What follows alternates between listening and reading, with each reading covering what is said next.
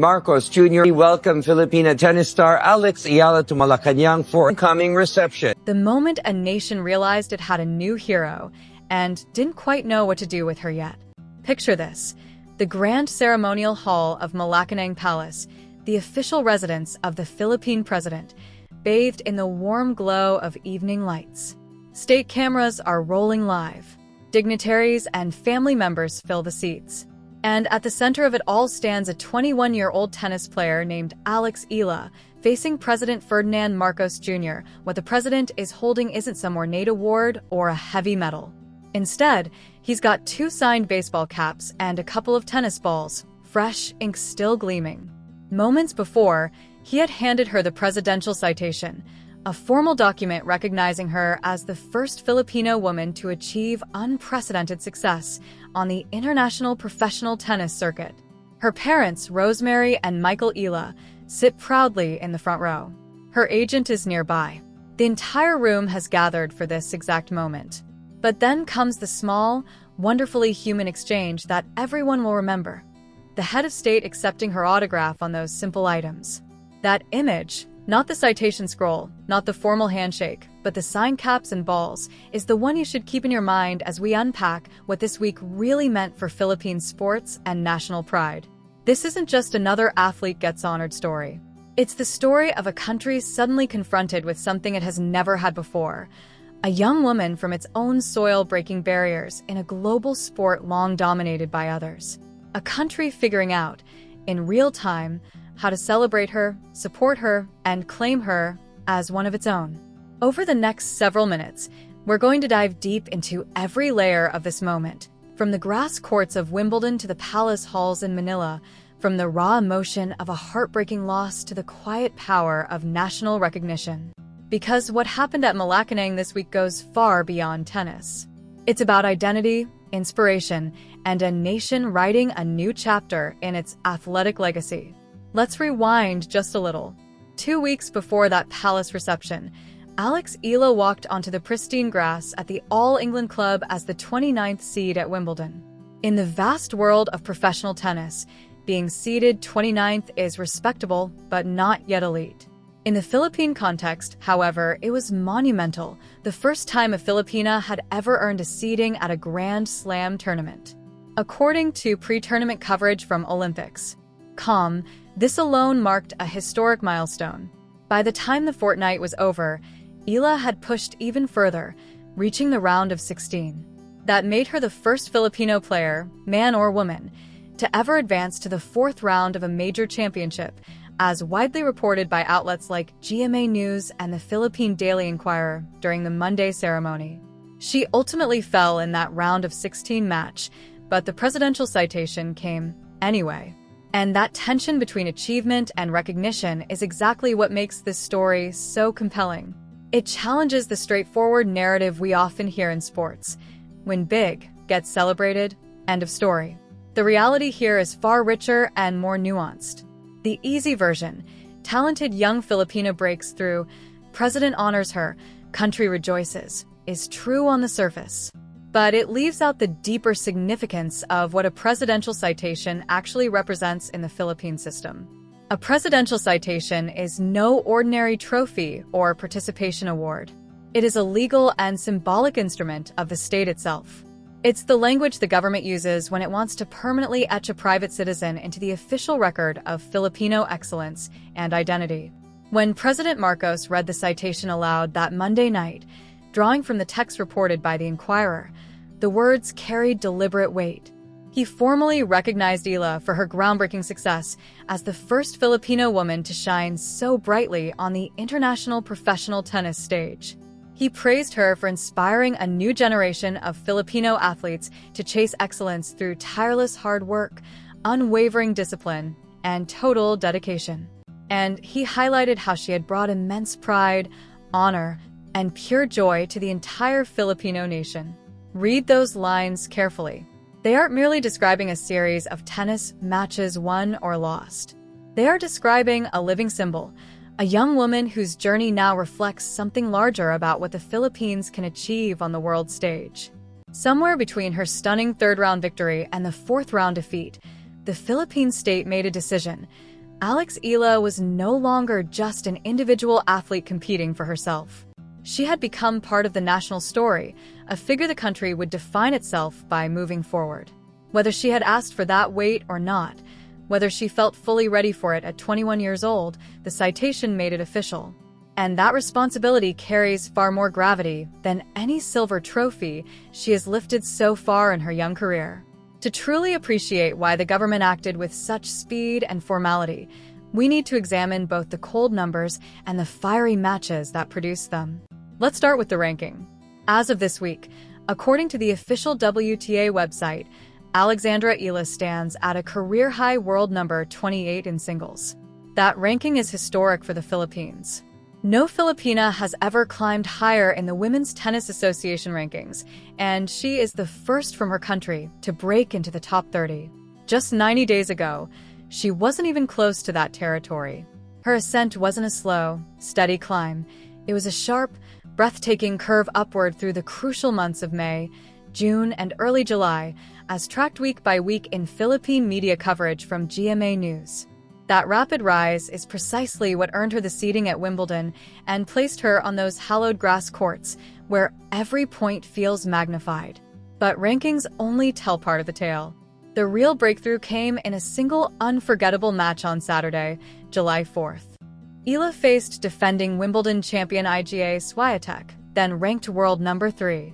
Swiatek had lost only once at Wimbledon across the previous 2 years, a testament to her dominance on the surface.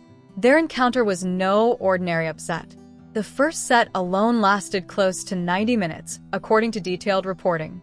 It culminated in a grueling tiebreak that went all the way to 9-7 in Eala's favor. She had to dig deep, stay mentally sharp, and execute under immense pressure against one of the best players of her generation. Then, in the second set, she delivered a masterclass, winning 6-2 in what ESPN described as a fearless dismantling. No lucky bounces or controversial calls define the outcome. It was pure talent, preparation, and the sudden arrival of a player who had been building toward this moment for years. When it ended, Swiatek was sent packing in straight sets by a 21-year-old who, at the time of the draw, sat outside the top 30. That victory didn't just make headlines. It made the Palace reception inevitable. Not simply because it was an upset against a top player, but because of how convincingly and composedly it was achieved. There was no element of fortune in that marathon first set or the dominant momentum shift in the second. Only a young woman who had, seemingly overnight to the wider world, announced herself on the grandest stage. Eala would go on to win one more match before facing Italy's Jasmine Paolini in the round of 16. Paolini had reached the finals at both Roland Garros and Wimbledon the previous year, making her a formidable opponent. The scoreline, verified across official sources including the WTA and Olympics.com, was 4-6, 6-4, 6-3 in Paolini's favor. Eala fought hard, managed to take the second set, but couldn't quite close out the third. It was a valiant effort, but the tournament run ended there. Here is where the story takes on even more emotional and cultural depth. Just 1 week after that loss, the president of the Philippines still invited her to Malacañang Palace. The honor was never made conditional on winning the entire championship. The state didn't demand a title. What mattered was that she had reached uncharted territory for any Filipino player and conducted herself with remarkable poise throughout, in victory and in defeat. President Marcos captured it perfectly in his prepared remarks, as quoted by GMA News. Her contributions to national pride came not only from her on-court success, but also from the grace with which she handled both the highs and the lows. That word, grace, is doing heavy lifting here. It speaks to how she walked off the court after the Paolini match, processing the disappointment in front of a global audience. It speaks to her composure, sportsmanship, and maturity beyond her years. The citation honored the entire tournament journey, including its emotional ending. In doing so, it sent a powerful message. Excellence in sports isn't measured only by the final scoreboard. It's measured by character, resilience, and the ability to inspire others even when the fairy tale ending doesn't materialize. Now let's step inside the ceremonial hall itself, because the small details paint an even fuller portrait.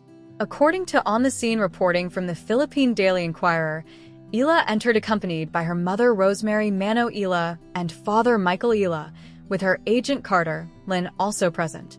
She was warmly received by Philippine Sports Commission Chairman Patrick P. Gregorio. First Lady Liza Araneda Marcos stood beside the president. Then came a moment of refreshing candor rarely heard in such formal state settings.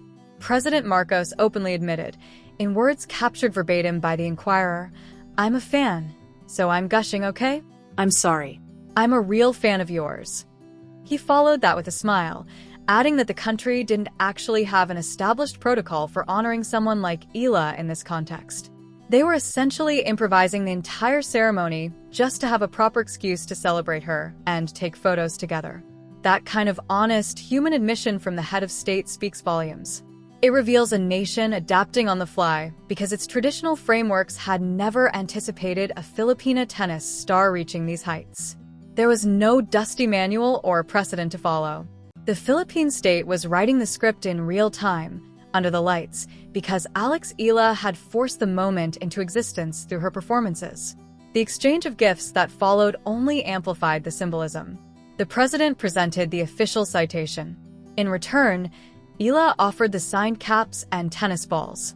Both sides left with tangible mementos of the occasion. This wasn't mere decoration or polite tradition. It was a genuine transaction that flipped the usual power dynamic, if only for a few seconds. The leader of a nation of over 110 million people became an enthusiastic fan seeking an autograph from a 21-year-old athlete. And that young athlete became the person whose signature carried enough cultural weight for the president to want it preserved. The photograph of that moment spread rapidly across Philippine media that very night. Many believe it will stand as one of the defining images of Filipino sports for the entire decade, capturing the precise instant when the state shifted from being solely the giver of honors to also the grateful receiver. For an outside perspective that reinforces everything the numbers and the ceremony already suggest, we can turn to Caroline Wozniacki. The former world number 1 and 2018 Australian Open champion was present at Wimbledon and shared her thoughts in an exclusive interview with Tennis 365. Wozniacki, who spent 71 weeks at the top of the women's game and has since become a keen observer and commentator, offered a balanced and insightful evaluation.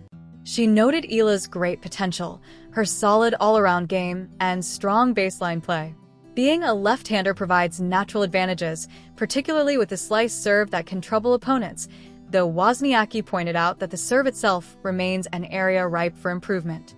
She also highlighted Eala's excellent attitude and high tennis IQ. Most tellingly, Wozniacki concluded that we are going to see a lot more of this young talent for many, many years to come. That phrase, many, many more years, carries special significance coming from someone with Wozniacki's depth of experience. She wasn't offering empty praise. She was making a professional assessment based on watching Eala compete up close. Her words aligned remarkably well with the official sentiment expressed at Malacañang, suggesting that both the tennis world and the Philippine state see the same bright future unfolding. Understanding the broader meaning of this citation requires widening the lens to take in the full context of the Philippines itself. With roughly 110 million people at home and an estimated diaspora exceeding 10 million across the Gulf states, North America, Europe, and East Asia, the country has historically found its greatest athletic heroes in boxing and basketball, sports where Filipinos have produced world champions and memorable triumphs. Tennis remained a relatively peripheral pursuit for decades, often viewed as an elite or inaccessible sport. Before this Wimbledon fortnight, the country's best-ever Grand Slam singles result in recent memory belonged to Eala herself with a third-round appearance at the 2025 U.S. Open. In just one tournament, she doubled that ceiling by reaching the fourth round. In doing so, she joined an extraordinarily small and select group of Filipino athletes whose accomplishments transcend sports and become part of national identity. Figures like boxing icon Manny Pacquiao and Olympic weightlifting gold medalist Hidilyn Diaz occupy that rare space. As of Monday night at the Palace, Alex Eala stepped into it as well. Importantly, the citation wasn't the reward that elevated her. It was the official paperwork confirming she had already arrived there through her own merit and performances. Across Filipino social media on Monday and Tuesday, the public reaction reflected this understanding. The ceremony wasn't treated as the state bestowing greatness upon her. Instead, it felt like the state catching up to a greatness that had already manifested on the world stage. Fans on platforms like X and Facebook responded with pride, excitement, and a sense of long overdue acknowledgement. There is one particularly poignant moment worth lingering on because it gives the entire narrative its emotional weight and humanity. 1 week before the Malacañang event, after losing to Paolini with the score 4-6, 6-4, 6-3, Alex Eala walked off center court with tears in her eyes. The cameras lingered, as they often do in such high-stakes moments, capturing the raw vulnerability of a 21-year-old who had just rewritten her country's tennis history only to see the run end. No one should fabricate quotes that haven't been reliably published in major tennis media, but the available footage from the BBC Sport Archive speaks clearly enough. You can see the composure President Marcos later praised, the dignity in defeat, the grace under the glaring lights of disappointment. She flew home afterward. A large, festive crowd greeted her at Terminal 3 of Ninoy Aquino International Airport on Sunday, July 12th, according to reports from the Manila Bulletin and Asia News Network. The welcome had nothing to do with a championship trophy. It was about honoring the journey, the breakthrough, and the pride she carried for millions. The very next day, the president placed that citation in her hands. This sequence reveals something profound about how the Philippines is choosing to define athletic worth in this new era, not strictly by the last scoreline, but by the heart, effort, and representation brought to every match. Alex Eala is still only 21. She holds a world ranking of number 28. The City Open in Washington begins on July 27th, followed by the U.S. Open swing. Her professional career is barely opening its most promising chapter. The document President Marcos handed her is not the summit of her story. It is a formal claim, the Philippine state declaring in official language that this young woman now belongs to the ongoing narrative the country tells about itself. Whether she reaches the top 10, wins a Grand Slam, or faces early exits in future tournaments, that connection has been made. She left Malacañang carrying a piece of paper that made official what her Wimbledon run had already proven in action. She is no longer simply a tennis player from the Philippines. She has become part of what it means to be Filipino in 2026, a living embodiment of possibility, resilience, and emerging excellence. The 2 signed caps she left on the president's desk serve as the quiet receipt for that profound shift. And somewhere tonight, perhaps in the bustling streets of Cebu, the neighborhoods of Cavite, the Filipino communities in California, the expatriate circles of Dubai, or any number of places where the Philippine flag flies high, a young girl is watching the replay of that palace ceremony on her phone. She sees the citation being presented. She sees the president speaking with genuine admiration. She sees a 21-year-old woman standing tall in a place no Filipina has ever stood before. And quietly, in her mind, she begins calculating whether that same room, that same stage of national pride, might one day have space for her too. That is the true power of what Alex Eala now represents. Not merely a tournament result or a ranking milestone, but a door flung wide open. And as of that Monday night in Malacañang Palace, with all the cameras watching and the nation paying attention, that door has been officially, ceremonially, and inspiringly opened for generations to come. This story reminds us that sports are never just about the game. They are about the dreams they ignite, the barriers they shatter, and the way a single young athlete can help an entire country see itself differently, with more pride, more hope, and more belief in what lies ahead. Alex Eala's journey is only beginning, and the Philippines is ready to walk alongside her every step of the way. If you enjoyed this story and want more in-depth updates like this, subscribe to Tennis Diaries, turn on the notification bell, like this video, and share your thoughts in the comments. Thanks for watching, and we'll see you in the next video.